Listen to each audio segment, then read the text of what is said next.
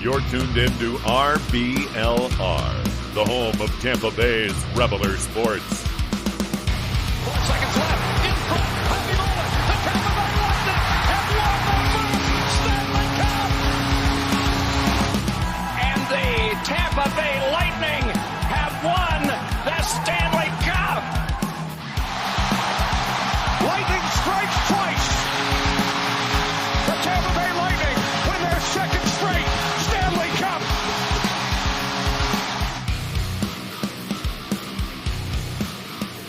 Hello, everybody, and welcome back to RBLR Lightning. My name is Jake Ricker. Alongside me is Joe Zamataro, Matt Gannon. Guys, welcome back to the show. We're getting closer and closer to hockey season. It is, what are we, under 70 days now? I think 70 days away from hockey season. So it is right. It's getting closer and closer. The countdown gets smaller and smaller every day. But first and foremost, guys, how you doing today? Great. I think yesterday was our Sorelli day for games before opening day. So that's, it keeps ticking away time. And, man, it is feeling like, after such a unusually long summer that it's, right around the corner. You're absolutely right. It was Sorelli day yesterday. And good news, we are actually officially closer to the start of next year's regular season than we are to the end of last year's regular season. So that's just a little bit of good news to start the day. I do also have another piece of good news as well. I hope I'm not jumping the gun here, but RBLR launched a new show, the RBLR Sports Lounge, with Eureka Wheeler, the man behind the scenes, and former Bolt Report guest Chris Glazer. So that's a new show. I listened to the first episode. It was great. You guys should check it out too. Absolutely, yes. And there's plenty of other amazing RBLR shows on here as well. The Rays, the Rowdies, the Bucks. You definitely go check it out at RBLR Sports if you wanted to get the main page.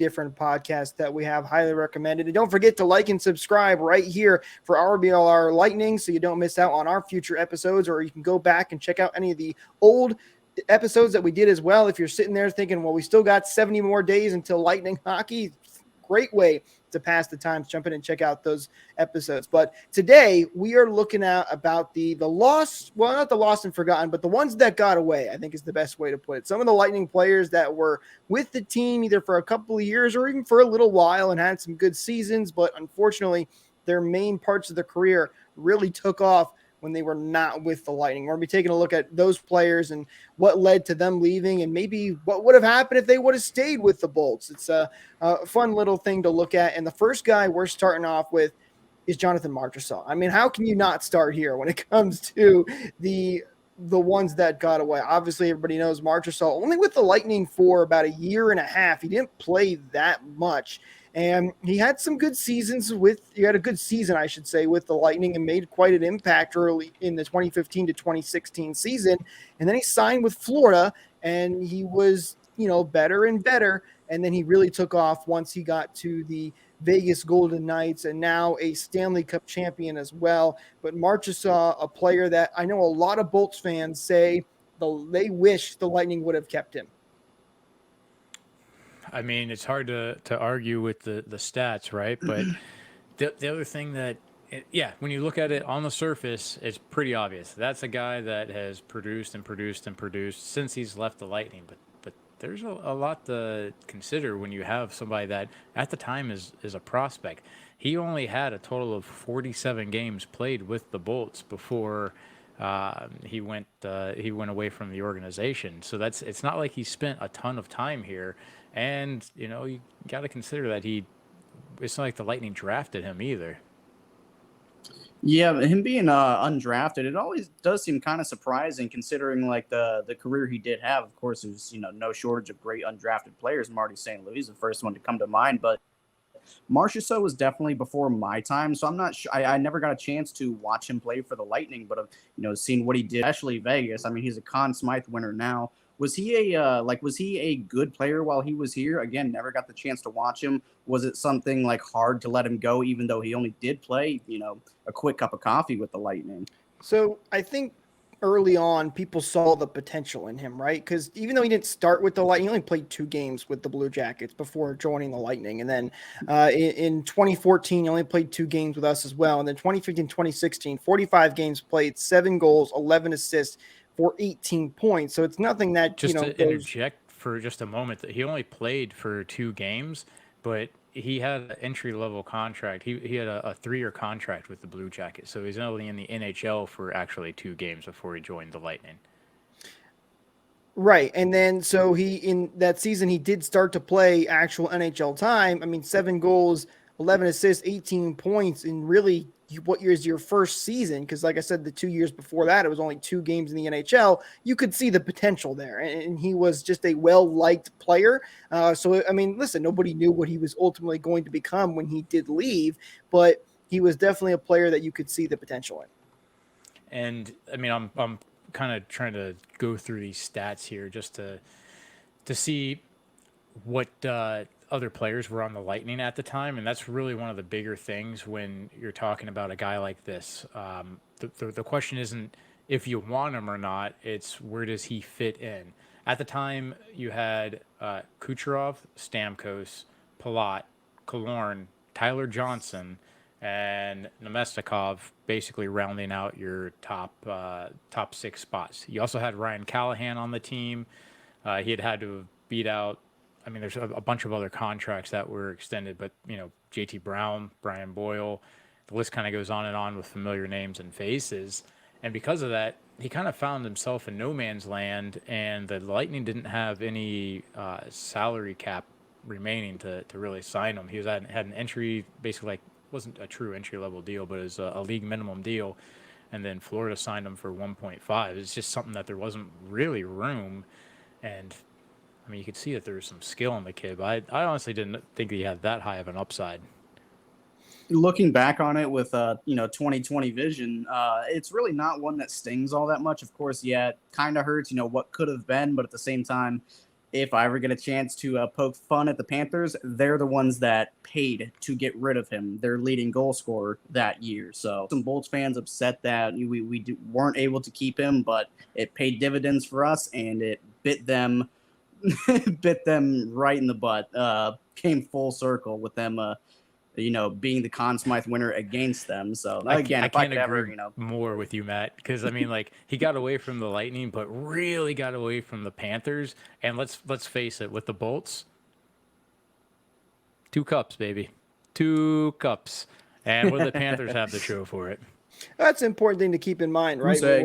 We're looking at this, from now where we won 2 cups. If we didn't win those cups, it'd probably be a different story. And if he didn't, who knows who would have played when we were in that spot back in 2015.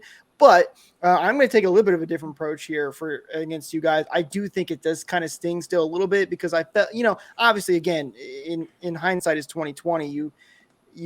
It's much easier to make this call now, but I just wish they could have tried to fit him in there a little bit. I think they could have done it. It would have been difficult to do. There's probably some players that would have had been moved out. I think the biggest reason he didn't get re-signed was because of the cap space. I think they could have found a spot for him in the top 6 and move. I mean, Nemestikov was up and down for the Lightning constantly. He had a really good stint there for a while, and then he kind of fell off. But I think you could have found a way to get him in the top 6, but I think it was the cap that ultimately killed the Lightning, which is a reason for a lot of these guys and why they're not able to bring them back is because of cap space. I mean, they were $2 million over the cap at the time. I think just about $2 million. So even though he only signed a relatively cheap deal with the Panthers, they just couldn't afford to do it. But hindsight's 2020, and you wish that they could have moved him around because he did ultimately turn into a fantastic player. You could also argue, though, that he turned into that player because he started to get top line. I mean, he was playing the first line with Vegas. That is something to keep in mind as well. Yeah, I mean, and another thing that you can take away from it too, to play the other side of the field, if they would have signed him, the Lightning didn't make the playoffs in 16-17, which was the first year that Marchessault left. And let's see, he got 51 points with Florida. That may have made the difference in terms of the Bolts, because I think they were only literally like 2 points. 1 point from 1 point for making it. With the 51 points or 30 goals that he put up for Florida, that could have been the thing that pushed the Lightning over the edge to make the playoffs that year where they had missed it. Well, going on to another player that is currently with the Panthers, and so far the Panthers have not moved on from, that's Carter Verhaeghe. Carter Verhaeghe only played 1 season with the Lightning. This is actually, believe it or not, only his 4th year in the NHL. Looking back at some of these stats sometimes, guys, it kind of catches me off guard because you feel like Carter Verhaeghe's been in the league a lot longer and was with the Bolts for a lot longer than he actually was. But it was only 1 season he was with the Bolts. But he's another guy that I feel like, I don't know if it's just looking back at it now, but I feel like fans liked him. They thought he had some potential there. I mean, 13 points when he was with the Lightning in that first year and 52 games played. Again, nothing crazy there, but I don't know what it was. Maybe it was just the way the team was going around that time, but he was another guy that you thought maybe had a little bit of potential, but unfortunately, due to cap space, the Lightning just could not hang on to him, and he really took off once he got to the Florida Panthers. He was somebody who I was very high on because he didn't get any top 6 playing time. Again, he really only a handful of games with the Lightning, but he did play in some playoff games that year. I'm pretty sure once the playoffs came. Actually, no, I don't think so, but I know his name is on the cup. But the small handful of games he did play for with the Lightning, I saw some potential there, and I saw some chemistry there with whoever he was playing with. I know Mitchell Stevens is kind of a throwback name now, more NHL games, but I saw a good connection between the two, and I was actually kind of disheartened when he did go to the Panthers, but I was in a mindset of good for him. Hopefully he can flourish there. This is before I had a severe dislike for the Panthers, so I was optimistic and kind of happy for him. I still am. I still love all our former Bolts and such, but not at the Lightning's expense. Good thing that hasn't happened, but I definitely did see some promise and some potential there. And I think the Panthers only signed him that first year. I think it was a 1-year deal he took for like $1 million. Like, it was kind of baffling to me. Like, wow, we couldn't have got him for that, for $1 million. Or in the end, we ended up winning a cup against Carter Verhaeghe and the Panthers that year in 2021. But again, that's somebody that stings. That stings to me more than Marchessault. That's somebody that's now a 40 goal scorer who we could have had for, relatively cheap, at least for a year or 2 or so. But at the same time, different team gets you new opportunities. It was hard to predict a 40-goal season, but that one does kind of sting for me. I'm doing some quick math real quick. So 31 games played. He has 45 career playoff games, of which 8 were played with the Lightning. So that's 37. And he has a total of 32 points in the playoffs without being on the Lightning. So he's not far off from a point per game player in the playoffs. That's definitely something that you're gonna miss if you got rid of him. But again, at the same rate, Lightning went back-to-back without having them that second season, and the Panthers still are little brother coming up short. What I think makes this is a question. I think what makes this whole situation worse is that they, you look at the Stanley Cup Finals this last season, and Verhaeghe and Marchessault were both playing in it. So I think recency bias makes it a little bit harder to swallow. But I mean, it's absolutely true. I mean, who was he going to replace on the Lightning team? I think obviously looking at it now, you're like, oh, he could have been here, could have been there, it was better than this player. But at the time, and like you said, Joe, they ended up going to win another Stanley Cup. So I don't know where he would even play it in the next season. Yeah, and you were saying that it felt like he was a Lightning for a lot longer than he was, and really that 2019-2020 season was the longest season of hockey of all time, thanks to the COVID lockout and then the way that they structured everything. It really made everybody that was on the team around that time. It feels like they're on the team for significantly longer. But the reason I was bringing that up is that that was what they said to be like the hardest season to win, just because things weren't normal, unless you're some of the haters for the Lightning that I'd say is the easiest one to win for some reason. But every single year and after that, because of that, there was no raise in the salary cap. If you think about, especially in this very specific instance with Carter Verhaeghe, if the salary cap was able to go up like it normally would, we actually could have retained him. That's very true. I mean, the flat cap is a big part of the reason why you have not been able to bring back multiple guys. And it's, I mean, I guess it's the price that you ultimately have to pay for being such a great team when you got to pay all these other guys as well. But you're absolutely right. If the cap could have gone up, maybe they could have retained him, and who knows where Verhaeghe would have been. I will say this too. Verhaeghe, he's kind of improved each and every single year looking at his stats. We'll see if he's able to continue what he did last year. I mean, 42 goals is a big, the year before that, it was 24 goals, 31 assists, 55 points. He jumped all the way up to 42 goals, 31 assists for 73 points. So we'll see if he's able to continue to do that in that production. I think the other thing with Verhaeghe too that makes him, one of those players that people are like, oh, I wish we would have kept on to him, is he scored some big goals for the Panthers in that playoff run. So his name is constantly in the spotlight. And when you're seeing a guy like that all the time, especially for the Florida Panthers, I think that also makes it a little bit tougher. Is he really 6'2"? I don't think I realized that he was that tall. I always figured him to be like 5'10", 5'11". Maybe just one of those guys. Yeah, I figured him. Go ahead.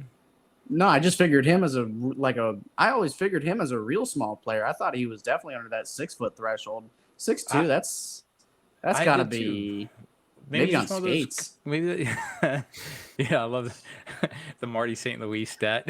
I don't know. I always thought that was hilarious where he had come up as 5'10" in his hockey cards. It's like that's definitely an on skate measurement. But with Verhaeghe, maybe he just gets so low on the ice that he doesn't seem as tall. And I'm sure someone's gonna comment after this or during this podcast and say what an idiot I am for it. But I guess I just didn't realize how tall this guy was. Well, usually I only notice those guys who end up being like 6'6" or something like that. 6'2". It's I think it's pretty tall, I guess, at the end of the day. But Stammer's what, 6'1"? Mm-hmm. I would have to double check, but I think so. I mean, a lot of these guys, are actually up there at 6 foot. A lot of tall hockey players, and it's actually the shorter side that's more on the more rare end. But they have Stammer listed at 6 even. There's really, I don't know. I did look at other places, and everybody has Verhaeghe listed at 6'2". So it does seem like he is for sure 6'2". Which I mean, I would hope the NHL had that right on their website. That would who was the one that we brought up earlier this season that had it like inches off? It was, well, I guess the last season now. Oh, I know who you're talking about, but I cannot for the life of me remember. We saw one that was like at least 4 inches off. At least 3. I was going to say 4, at least 4 inches off. I mean, they get them. I think they just get submitted the data, not that they're, double checking it for errors.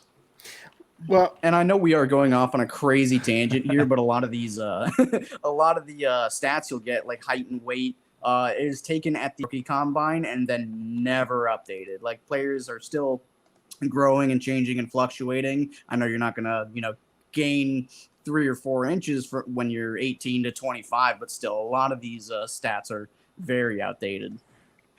Well, I'll tell you what, though, no matter what height you are, I can tell you one way that you can stand out for sure. It's by heading over to shop.rblrsports.com and checking out the awesome team-inspired merch that we have, the Rays, the Rowdies, the Bucks, the Lightning. We've got some awesome T-shirts over there. Highly recommend you go check them out. And the best part is, for you guys listening, we're going to give you a special code. It's code BOLTS to get 10% off your order. You can head over there and check out and get yourself some inspired Rays, Lightning, and Bucks, Rowdies merchandise, and use code BOLTS to get 10% off your order. Links, as always, are in the description, so go and check that out as well. All right, so we talked about Marchessault. We talked about Verhaeghe. Masterclass. Let's go back and look at, away from the forward side, move to the defensive side of things. A guy that was a very popular player on the Lightning when he was with us, and then he turned into kind of one of the more hated players, I feel like, maybe because he also, a lot of these guys went to the Florida Panthers. I'm now realizing that we've got on this list, but we are talking about Radko Gudas, the bearded dragon, if you will. He had a lot of different nicknames. So I know the most famous part of Gudas with the Lightning, though, is when the Lightning did that spoof on what the third or the alternate jerseys were going to be with the palm trees on the bottom, and everybody just sitting there like hating on him. What is this? And then Gudis walks in. I kind of like these. Gudis was digging it. But He had Gudis, another taste. player we have on this list. And I think it's an interesting one, guys, because, you know, the stats page, I mean, he's definitely kept up what he's been able to do with the Lightning, but he didn't jump up, I don't think, tremendously from what he did with the Lightning. But he's always been a solid defensive player, but he's also really been just that pesky kind of guy on the back end that teams kind of hate to deal with sometimes. Yeah, this is another player before my time, at least playing with the Lightning, but it really seemed like it was kind of this just past season, and especially the playoffs, where he really started to take off and become more of a household name, I guess. Like, everybody's known of Gudis. He's been a menace and a wrecking ball throughout the league for years now, but he really did he had a really good playoff. He had a really good regular season as well, and I think he signed in Anaheim, seeing any more of him for a while, or at least a lot less, which is always a blessing, getting away from Gudis.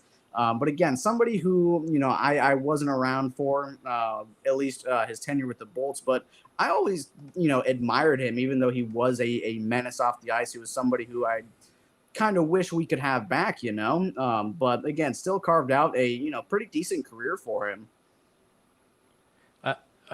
So he played less than 2 full seasons for the Lightning. Looking at the stats, again, that's another one of those players that, I would have 22 games in the 2012-2013 season, 73 the next season, and 31 the season after. And then he went to Philadelphia for his, 4 years that were there. I mean, I could have sworn he played for us more than that, right? But yeah, less than 2 full seasons with the Lightning, and obviously had a huge impact with the fan base. In his 73 games that he played in the 13-14 season, he set his career high with 152 penalty minutes.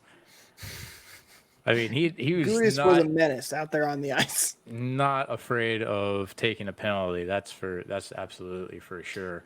And he's, you know, he never really changed his game, where he was, you know, was very, very physical, punish the other team, and just be difficult to play against. And that's where he's made his bread and butter. Correct me if I'm wrong here, but I remember, wasn't Gudis involved in one of the hits against the Lightning that was kind of one of those iffy hits that was almost injured a guy? And I think that's also what turned a lot of Lightning fans against Gudis. He's just that type of player. I think he had a couple hits on the Lightning where he got for a couple games. I mean, I can't think of one specifically on the Lightning. Not saying that there's not, but he does that to anybody. It doesn't matter which team. He's known for questionable style hits, and then he's the sort of guy that if you get into a board battle with him and he falls down, he's gonna like scissor kick your legs.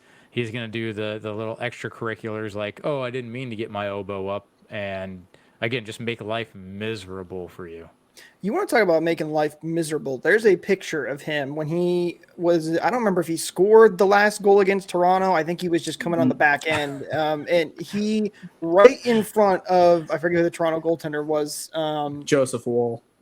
Thank you. Glorious. And just right in his face, full, you know, screaming with the huge beard that he's got. It is one of the funniest, and I just can't imagine for Wall just having to sit there. Your team lost, and you're looking right in the face of this guy who is staring down into your soul. With how important that moment actually was, like it was a very emotional and impactful moment. It wasn't like a random goal. That was a series-ending goal. Right. That wouldn't surprise me if that would go down. Sweeping goal. Right. That wouldn't surprise me if that goes down as like for this past year's best photo of like sports photo. Right. The sports photo of the year, that would get my vote. Just because it wasn't just like a random touchdown that you get like a really good shot. There's so much emotion in that, and you can like viscerally feel everything that was happening in that shot.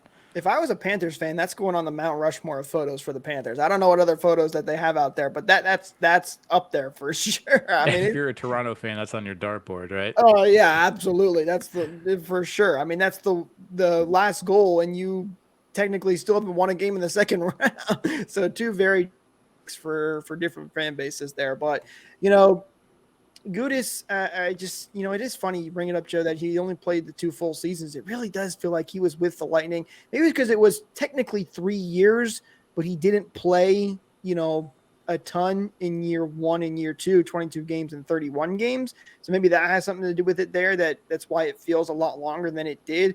But I just remember him being one of the more popular players with the Lightning when he was there at the time. That's another common theme between these guys. It tends to be a lot of popular players that the Lightning unfortunately just can't hold on to. Although Gudis, I don't think it was a case of that they couldn't hold on to him. I think they just decided to move on. They had some better defensive prospects that were a better fit for the team. And I don't think it was more of a cap situation. The reason Gudis left.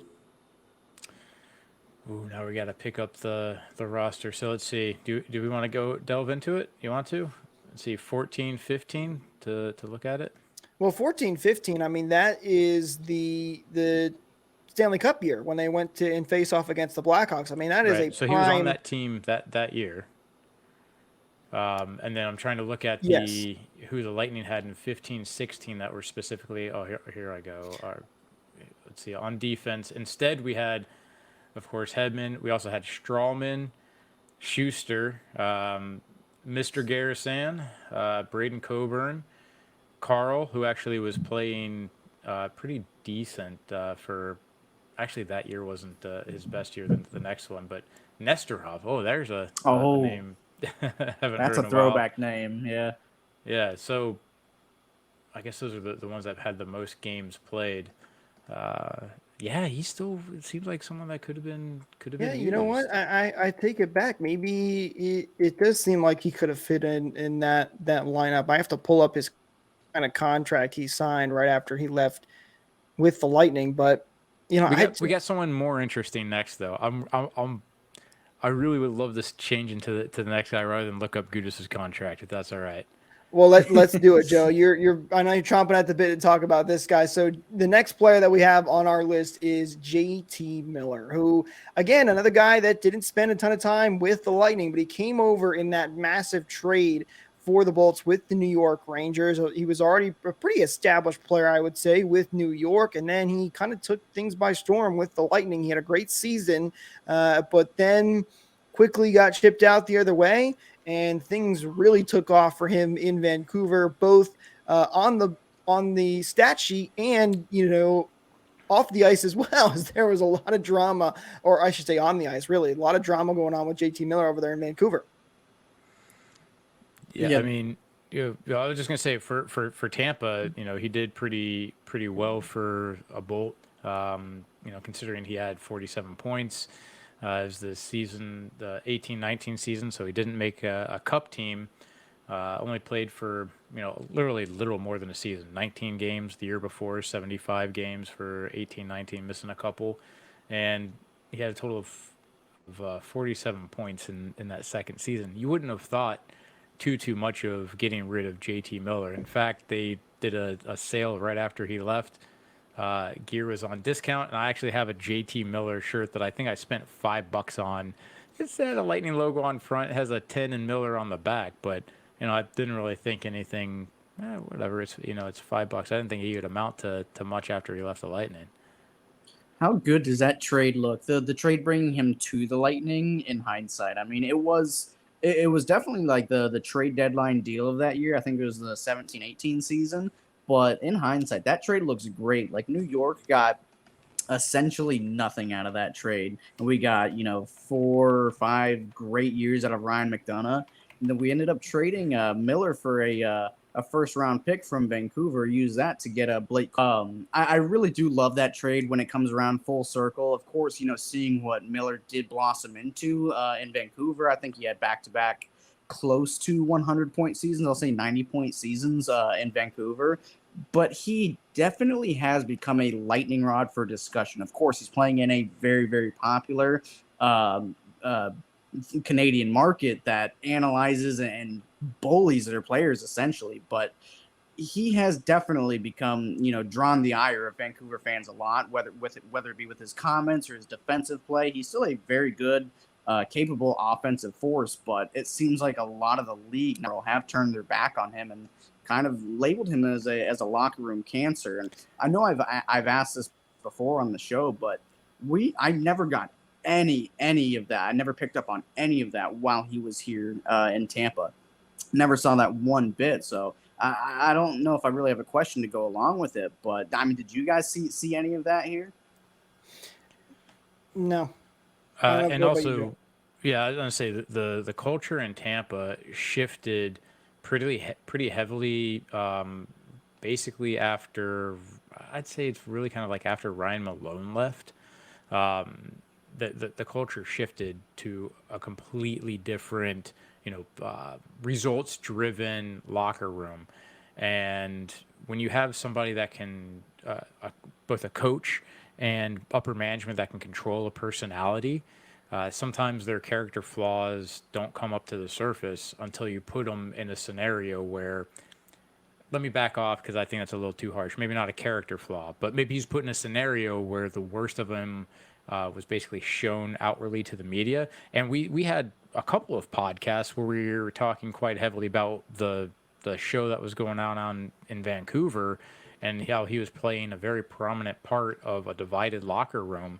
And, if you're put in a scenario like that, not to take onus off of him for actions that could be divisive, but he didn't have that here. I think it's credit to the Lightning and the culture that they built here, because they, like you were saying, Joe, they got a great coach and a guy like John Cooper, great owner, and Jeff Vinnick. And clearly things started to come out a little more when he got over there in Vancouver. And to be fair, Vancouver is not in the same situation that the Lightning are. It's very different. Look at Jonathan Drouin as well. You want to continue with the culture talk. Drouin's a guy that couldn't fit in, got shipped out, and hasn't been able to get his career going. But to stick on JT Miller, the guy had 99 points, 82 points respectively in the last two seasons.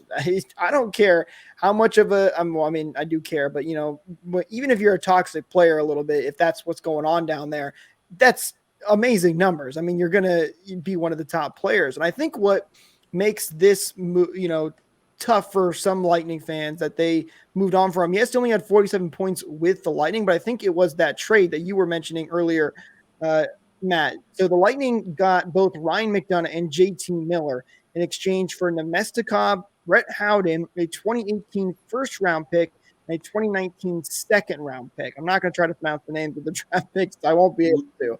Libor Hayek.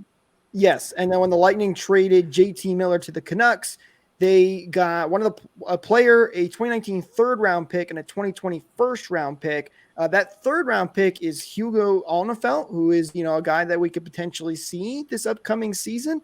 And then the first-round pick is no longer with the Lightning. He's now playing for the San Jose Sharks. So, unfortunately, that pick didn't really turn into anything there. But Alnefelt is probably the biggest name that the Lightning ended up getting back for JT Miller. But that was a massive trade for the Bolts when they got both Miller and McDonagh. It really does look like a steal when you look back at it now, even though Miller and McDonagh are no longer with the Lightning. Especially considering that we got Nemesnikov back, and then still, I like Nemesnikov, I do, but he's not really useful. He's not what he used to be when he was with, because he had that great stint with the Lightning, but sure, but yeah. So for like a trade piece that didn't end up doing much for the Rangers or pretty much anywhere else, that is pretty amazing considering what McDonagh is as a absolute top tier number one, number two defenseman for any team in the league. And going back to Miller's stats in the last 3 years with Vancouver, yeah, he had 46 points, but he only had 53 games played that season for 2021. Then he went to 99 points and then 82 points. He was only a +1 with all those points racked up, only a +1 for over 200 points that he, But is that a product of being on Vancouver a little bit, though? No, a lot of people, he is kind of top 5, I'll say, in the public opinion of worst words you're going to get. Like, I'm not going to start and go into the advanced stats, but he's got awful possession metrics. He's somebody who I hear all the time, like, oh, he plays defense like JT Miller. He's awful.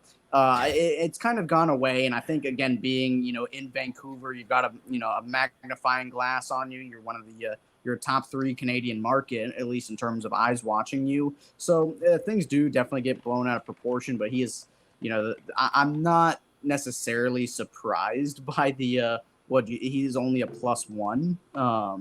And again, plus minus is a kind of a relevant stat. Some people say, but I didn't see that awful defensive game here in Tampa. Again, he was only here for a quick cup of coffee, but people in Vancouver and other areas in the NHL, they say he is horrendous. I'm trying to pull up real quick because I just saw, looking at his stats. Here we go. What he did while he was with the Lightning in what would arguably be the best season for the Lightning statistically, which is the 18-19 season where they got swept. So in terms of plus minus on the team, he ended up only as being a +8, which is Yanni Gourde was a +9, and he got some of the toughest assignments in the league. He had 47 points, JT Miller did, and was a +8. So, I mean, that kind of, yes, it can be in without context, one of those sort of stats, but yeah, you're not wrong, Matt. He's not very solid defensively. I remember that hearing that all the time about him now in Vancouver. Is that it's definitely seems to flared up, maybe that issue of his defensive ability, especially in Vancouver. But he does put up points, which I guess helps make up for that. If you're gonna have a bad plus minus, you better be able to score some goals to at least make up for the ones that you're giving up there. All right, we got one more player to talk about, and it's Brett Connolly, a guy who started his career with the Lightning. Really didn't do much with the team. I mean, he was with the Lightning for 4 years, but only played really 2 full seasons. And then his career started to take off a little bit more when he got to Washington, and then things started to turn down after that. And 1 year with, another guy I should say too, also with the Florida Panthers at one point as well. But yep. Connolly, a guy that really found his groove with Washington. No, I'm gonna go ahead. Go ahead. I'm gonna let you take. I really don't have much to say about him. I think he was. I never got to watch him in Bolts Blue.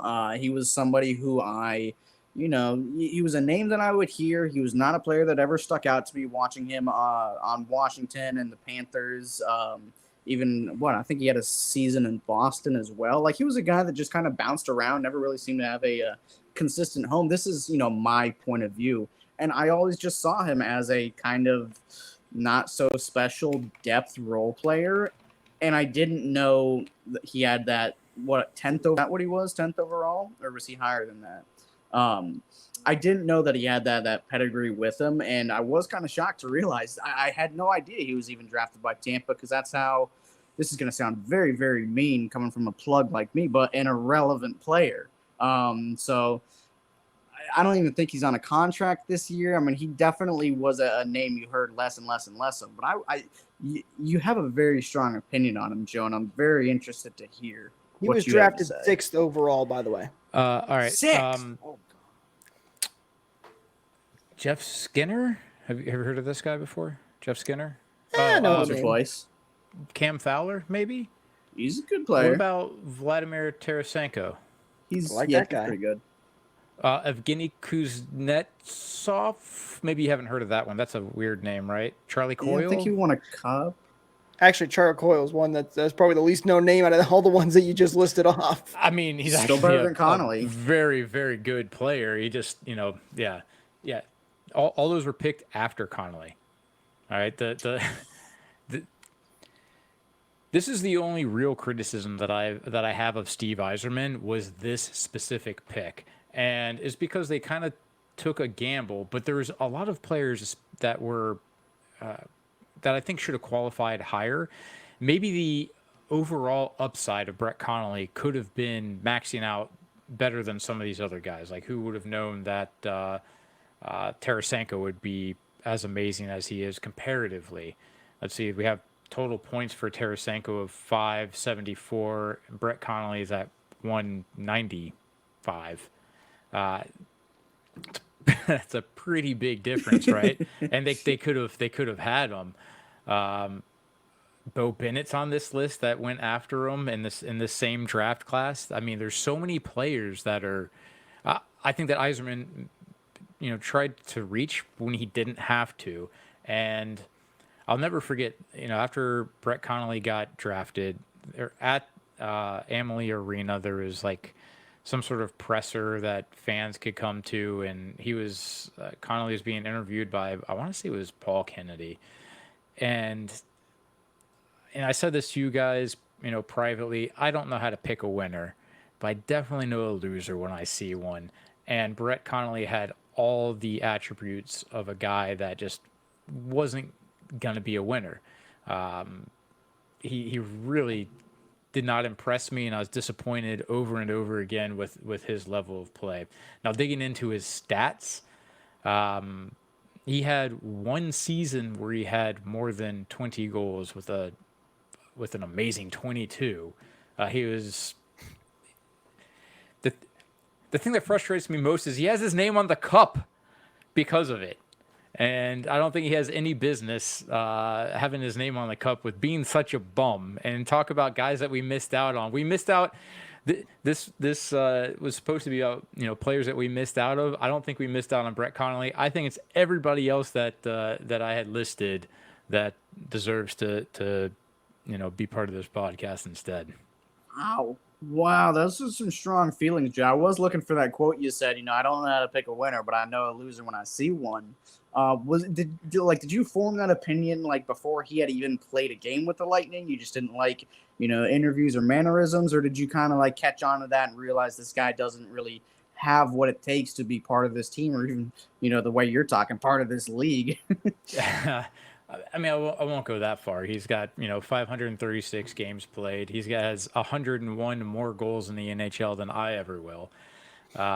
So it's hard to argue with that. The thing is, he had, I want to say it was hip issues or it was knee issues, and it was, from what I remember, and talking with my buddies, it was more of Yzerman hoping that his overall potential was significantly higher than the realized potential that he had, and that after going through surgeries he'd be able to bring something to the team that a lot of scouts weren't seeing. He gave that interview that I'm referring to in training camp, when all the fans are allowed to come, and that's the way that he positioned himself. Wasn't real sure, wasn't up and proud, and he didn't have answers that were solid answers, or like he was even confident at all. And you just see the way he was slouching back and not engaging. This is the first interaction with Tampa fans left me with one of those opinions where I don't know if this guy is really the same pedigree as someone like Steven Stamkos, for instance, who had the world put on his shoulders, and they expected more from him than he honestly probably could have delivered at the age that he was. But he rose to the occasion, became oh captain, my captain, and that's not the guy that Connolly was. And I kind of feel like the numbers that I've said it from the beginning, from before his first game played, you give him the benefit of the doubt, let him play a couple of games, but I kind of feel like it's I'm justified in my initial assessment.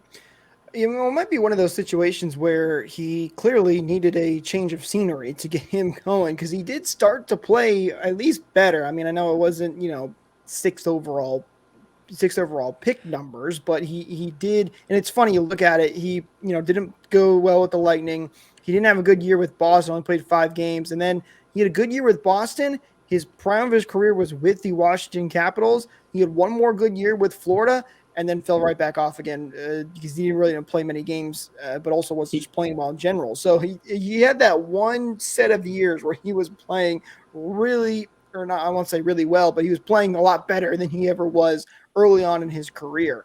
Hindsight's 2020. I know it's hard to look at those drafts and then you're like, oh man, what could have been. Actually, speaking of drafts, you should go look at the redraft that the Jay Fresh did with his fans, and the one they did with the Edmonton Oilers. If you want to talk about bad picks, it is brutal, the Edmonton Oilers and what they have missed out on and potential players. A lot of them actually Lightning players. But anyway, Connolly, listen, Yzerman batted .980 when it came to draft picks. So I give him the benefit of doubt on this one. Well, hey, you know what? It does it first, second, third, fourth, as long as you're drafting great players and building a great team, does it really matter where they end up coming from? You're right. It wasn't great in the first round, but he for the most part, was pretty good at drafting players. So I give him the benefit of doubt on this one, but you're right. Definitely a swing and a miss. Can I jump in just for a second here and also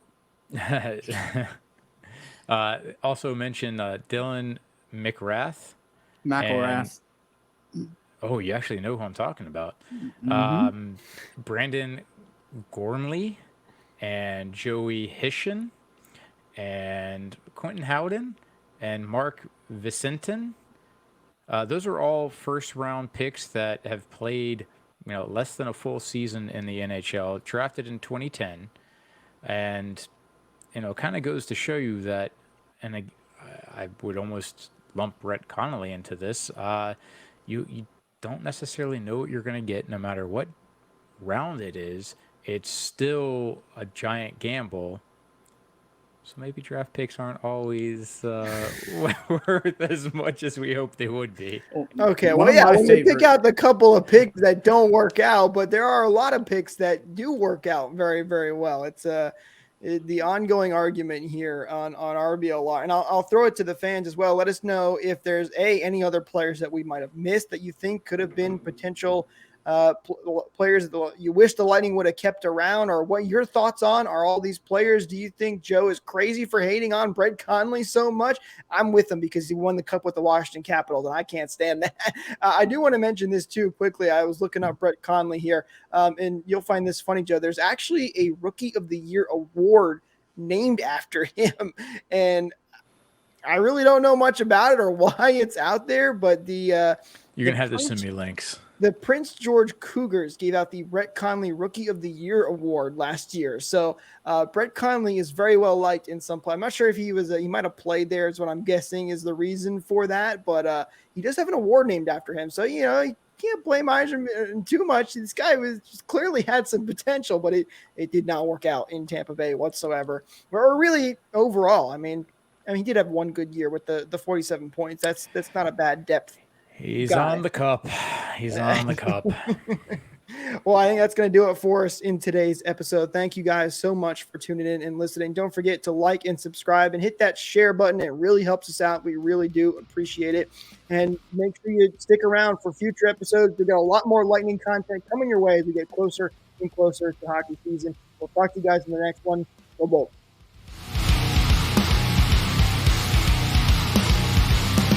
Thank you for tuning into this presentation by RBLR Sports. On your way out of the stadium, please remember to like and subscribe.